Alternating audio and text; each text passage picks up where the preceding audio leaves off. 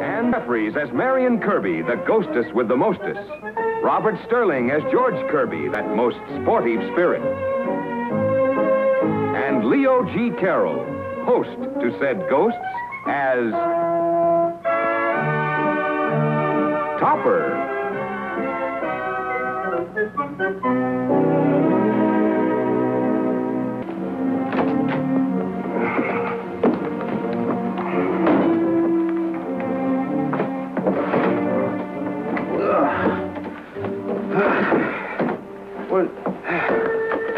Sign here, Mr. Kerby. My name isn't Kerby. It's Topper. The Kerbys don't live here anymore. I got orders to deliver it here. Why, Topper? We do live here. Said it. As soon as I get those suitcases in, I'm through for the day. But my name's Topper, I tell you. Hey, George, this is our trunk. The one we took to Sun Valley with us when we were killed. You sign for it. I'll see if anything is missing.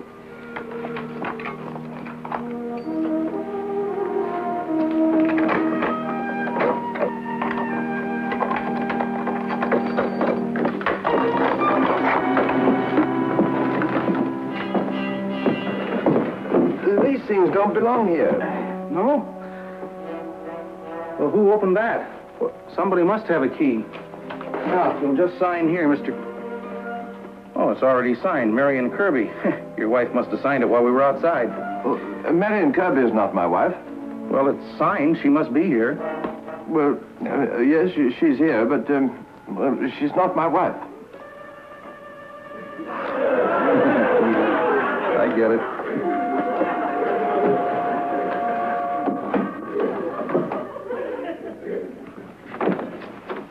Yes? How do you do, sir? My name's Jackson, Frederick Jackson, attorney at law. May I come in, sir?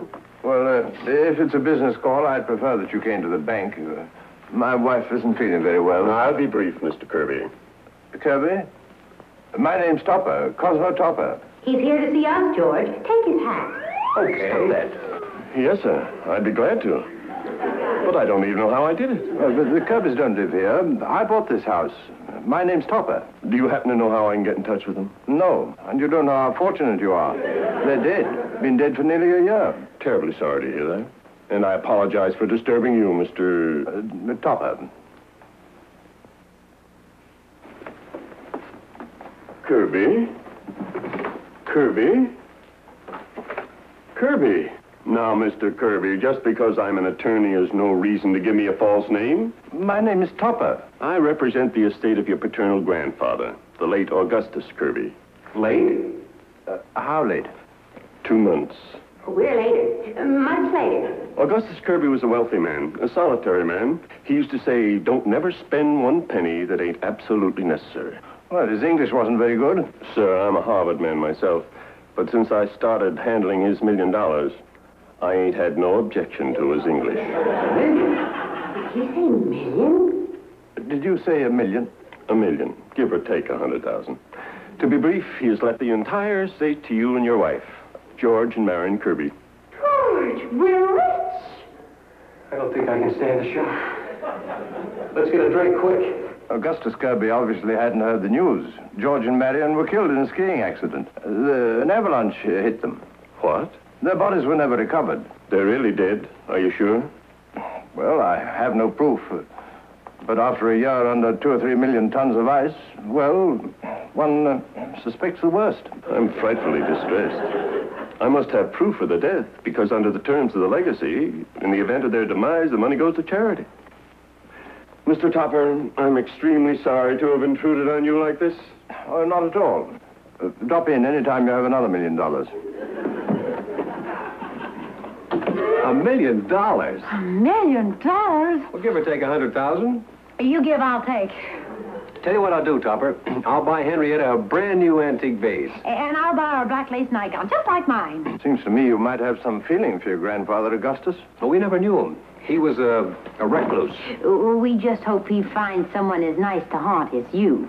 It's very touching. But before you spend that inheritance, may I remind you both that you're every bit as deceased as Augustus? You and your skiing vacation. If you'd have gone to Florida like I wanted to, we'd have been alive to spend that money. Well, let's look on the bright side, honey. If we'd have gone to Florida, we might have been drowned. It's all your fault. Throwing away my $1 million. It's just like a man. You don't care what happens to your wife. You kill her and cheat her out of her rightful inheritance and... George, I want to speak to you about Marian. I know. This is just a lover's quarrel. You've got to do something about her. A lot of things I'd like to do, but they won't work. She's already dead. Well, that's not a nice thing to say, even in jest. You know you love your wife just as much as I do. You're in love with my wife? No, I love Henrietta. But there's a little poem you should always remember, George. The truest joys they seldom prove, who free from quarrels live. 'Tis the most tender part of love, each other to forgive. Hello, what are you muttering about? The sight of you coming downstairs, dear, this inspired me to poetry. I was reciting to myself, Juliet is the sun. See how she leans her hand upon her cheek. Oh, that I were a glove upon that hand, that I might touch that cheek. Cosmo, if you must do something with your hands, take that trunk and those suitcases out of the hall. They've been there since this morning. Oh, very well, dear. I'll help you, Topper. I'll take you down to the basement, Topper. Cosmo, that trunk sailed right out of the hall. Oh, you're mistaken, dear. That's a steamer trunk, not a sail on it. I just know that headache medicine of mine has alcoholic content.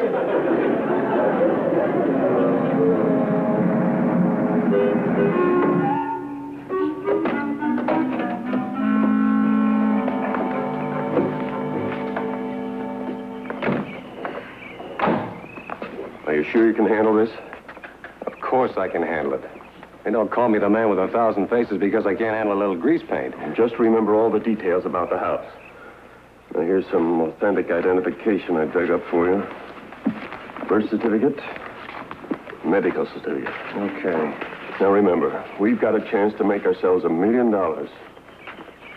Why do we have to play it up for these Topper people? For the same reason I called on them and had the Kerby luggage sent there. Everything has to look natural. Besides, this Topper is the vice president of the bank. His identification will carry weight with the courts. Now get in there and sell yourselves as the Kerbys. Contact me at the office later. All right.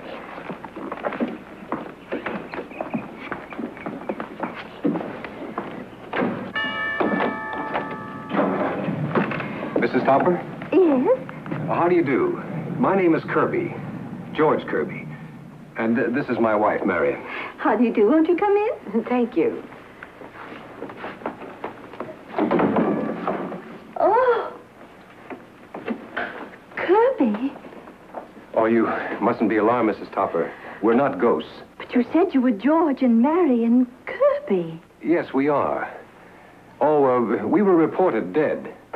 As a matter of fact, we had a very serious skiing accident, and we've been recuperating in a small and rather remote hospital. You see, we owned this house before you did, and our hospital bills were so heavy that we couldn't keep up the payments, so we had to let it go by default. We just came by to pick up our baggage that was sent to our old address by mistake. It's a beautiful house. Only you've made it so much more attractive than I did. Oh, you really think it's attractive? Oh, charming. Oh, do come up and see how I've decorated the bedroom. The drapery is hand-blocked linen. And you don't mind, do you, Mr. Kirby? Oh, not at all, not at all. I've done the guest room over completely and built an extra closet for Mr. Topper's papers. He brings home a lot of stuff from the bank. Thank you, George. Clear off that shelf and I'll bring the suitcases down to the basement. I thought you were down in the basement. Oh, take off that silly moustache. Ow! Well, it's no sillier than yours. Oh! I'll go get George. I want to show him how you've redecorated things. Marian, what have you done to your hair? And how did George raise a moustache? Oh, you must be Mr. Topper. Hello. Well, never mind that hello. What's going on here? Those are Henrietta's clothes you're wearing. Take off that hat. I beg your pardon? Take off those clothes.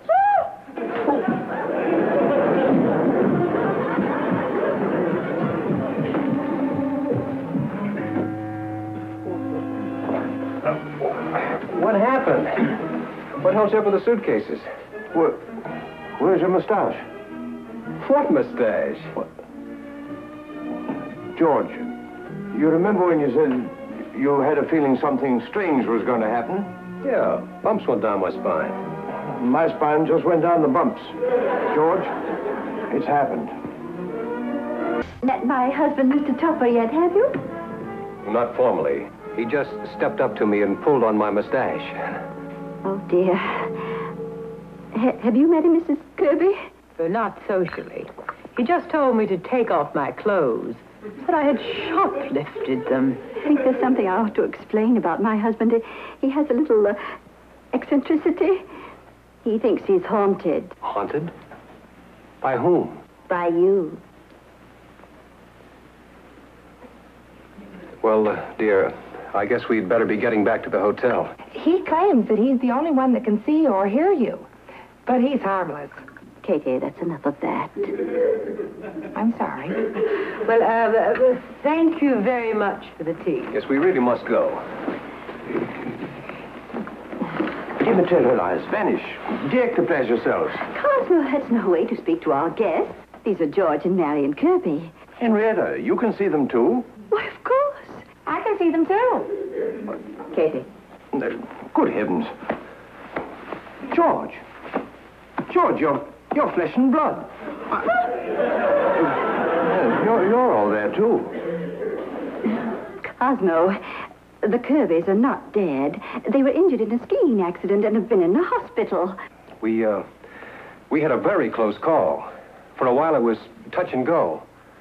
Touch and go? Well, maybe when you went, you came here. And now that you're here, you'd gone. Yes, a brilliant explanation of psychic phenomena, Mr. Topper. Now, if you'll excuse me, I'll see about our bags and call a cab. Oh, won't you sit down and wait for him, Mrs. Kerby? George. George. George. All right, so you're still not speaking to me. I'm going to say I'm sorry, even though it was all your fault.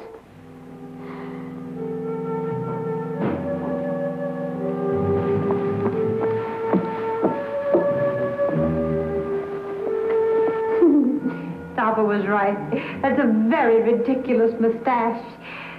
But I love you.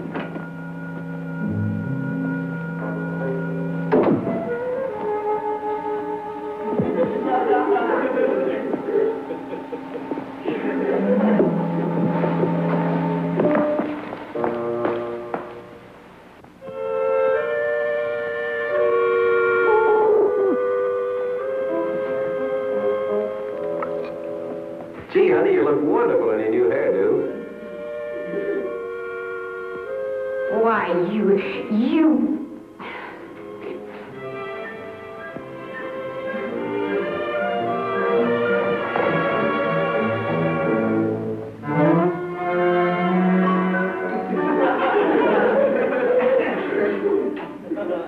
Well, Cosmo, I hope you're satisfied. You know you're not haunted. You don't see two people. No, dear. Good. Now I see four.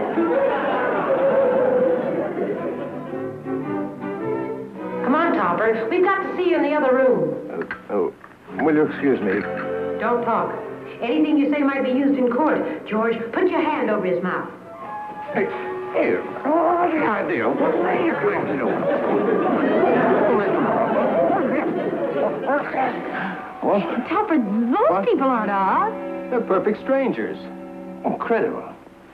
Imposters. Well, why should anybody want to be us? We don't even want to be ourselves. I have it. The legacy. Grandpa Augustus. They're phonies. They're just trying to collect our money.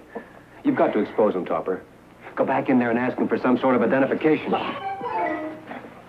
Come on, dear. We must really go. It's no affair of mine, of course, but after all, the Kerbys were reported dead. I suppose you have some identification? Why, certainly.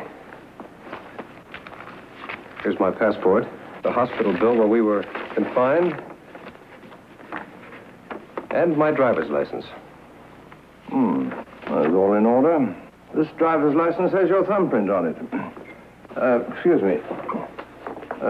Would you mind? Your thumb.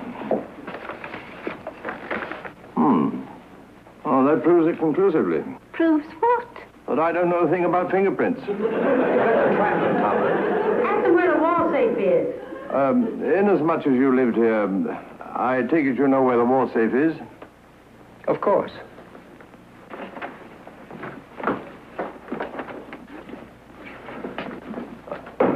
Now, open it. I can't. You caught him, Topper. You admit you don't know the combination? Of course he doesn't. We had it changed when we moved in here. Oh, yes. If there's any further doubt, Mr. Topper, I have my birth and medical certificates. Here are mine. We always carry them with us when we travel. How do you like that? They've really got our birth and medical certificates. Well, are you satisfied, Mr. Topper? Yes. You're Marian Kerby. And you're George Kerby. But who are those? Who is who? Those two ghosts. Oh, Cosmo, you were making such wonderful progress. And now you're back to the two ghosts. Pardon me. If we could use your telephone again, Mrs. Topper, I'd like to try again for a cab. Right this way, in my bedroom.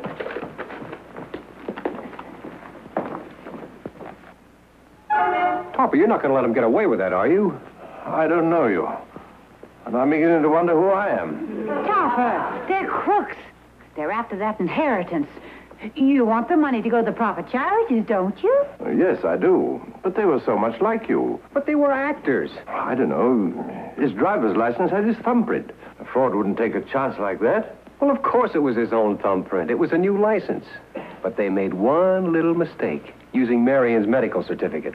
But it was perfectly authentic. Oh, yes, it was authentic. But you overlooked one little detail. It clearly stated that Marian had a mole on her body. Where? George, that's a very personal matter. Where is it? Well, George, don't you say another word. if I'm going to do anything about it, I have to know where it is. I'd die before I'd show it to you. You're already dead. Where is it? It's on her leg, 1 inch above her knee. Show 'em, Marian. I will not. But, honey, this is for charity. It's a very small mole, and I won't show it to anyone. Okay. Topper, will you believe that other girl isn't Marian if I can prove that she doesn't have a mole on her leg? Yes, but I'm interested to know how you're going to find out. Simple. I'll just swipe her skirt from her. Oh, no, you don't. I'll do it. But, darling, these are dangerous criminals that we're dealing with. It's a man's duty to have courage and face danger. I'll do it. If you do, it'll take a lot more courage to face me. I'll do it.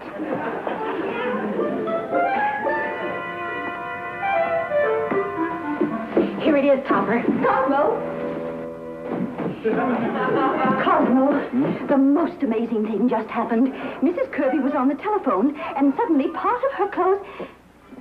Cosmo, what have you to say? Nothing. I'm skirting the issue. I'll take it back upstairs, Topper. Cosmo, that skirt, it went right up by itself. Well, of course it went up. Paris has lifted the hemline again.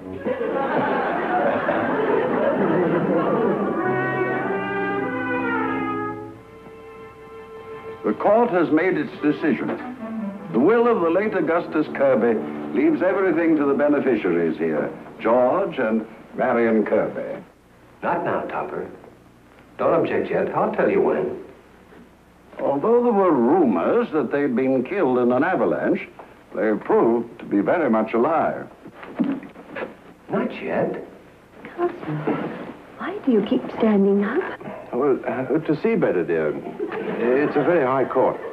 They have given me conclusive evidence of their identity. Before the court awards the estate to the beneficiaries, does anyone wish to register any objection? Now's the time, Topper. Object. I object, Your Honor. What is the nature of your objection, Mr. Topper? Well, the money should go to charity. These people are imposters. The real Kerbys are dead. You have proof that they're dead? Absolutely. They haunt my house. For heaven's sakes, Topper, stay off of that subject. They'll think you're crazy. Get to the mole. A court of law will need a little more proof than that, Mr. Topper. Well, the medical report before you says that Marian Kerby has, or had, a mole on her leg, above the knee. Yes, it does say that.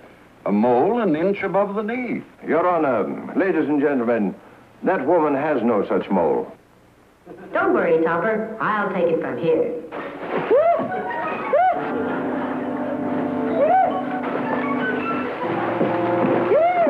May it please the court, no mole. I can see it pleases the court.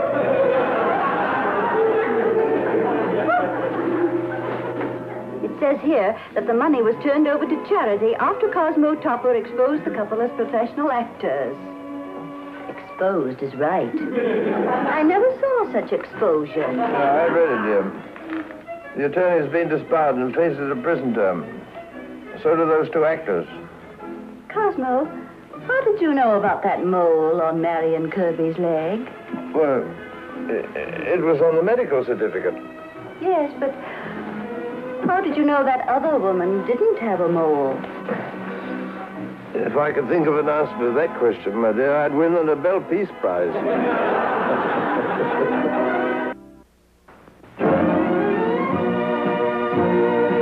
A John W. Lupton, Bernard L. Schubert production. Produced by John W. Lupton.